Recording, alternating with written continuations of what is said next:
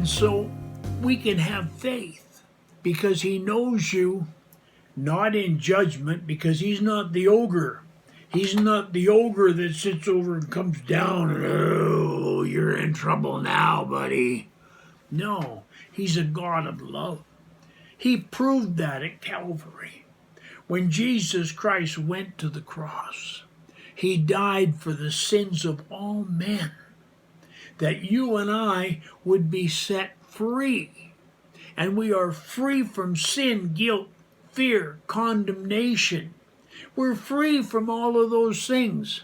Now we are free, and we can believe that this is happening. Why? Because the born again experience, when we come to Jesus and we say, Lord, please help me, forgive me, change me, the first thing he does is take the sin out, takes the darkness out of our soul. He puts a new mind in us, a new heart, a new spirit. And so, although the old body is the same on the outside, in the inner man, we become different. We start to think differently. When I first came to the Lord,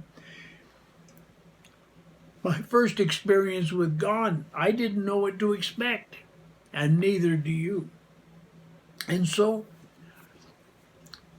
when I asked him to change me, forgive me, he did. And the first thing I noticed, all of a sudden my mouth cleaned up. I quit cussing and swearing. And I was a construction worker, so I was pretty good at cussing and swearing. But he took that away. The desire to drink, poof, gone. Within a few weeks, smoking was gone. Lying was gone. When I first came to the Lord, the company I worked for, I had carted off, brought home, stole, borrowed, without permission, whatever way you want to say it, justified, but any way I wanted to justify it. I'd taken stuff home.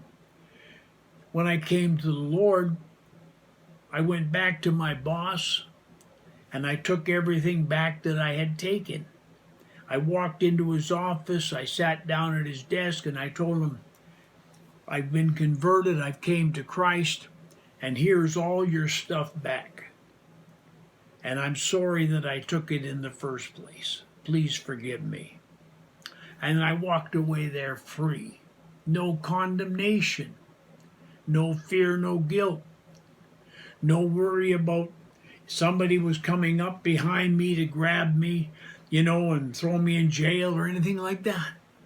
I was free because Christ, he whom the Son sets free, is free indeed. And so we need to participate in our freedom.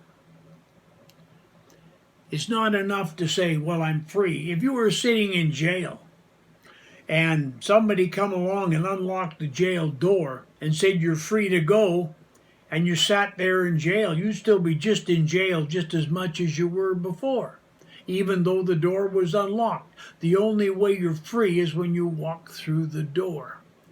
And that is the door of salvation. When you walk through the door of salvation, you walk into a bright new life, a bright new world, a bright new way of doing things. Your speech is cleared up, your mind becomes clearer. The things that you used to love, you say, I don't like that anymore. I don't want to do that anymore. It doesn't bring me any pleasure. You can say, how can that be? Don't be ridiculous, We all have pleasure in smoking and drinking and partying and all of that stuff. But you know what? When a man is born again, those things fall off. Does that mean that all of a sudden you can't do it? No. It means you don't want to do it. And there's a big difference between can't and wanna. There really is. Because we do the things that we want to do. If we did it by law, well, you have to do this and you have to do that and you have to do the other thing, what would be the joy in that? No. But there is joy when you do the things that you want to do. And Jesus Christ gives us the freedom and puts us on a new path, down a new road, in a brand new life, in a brand new way.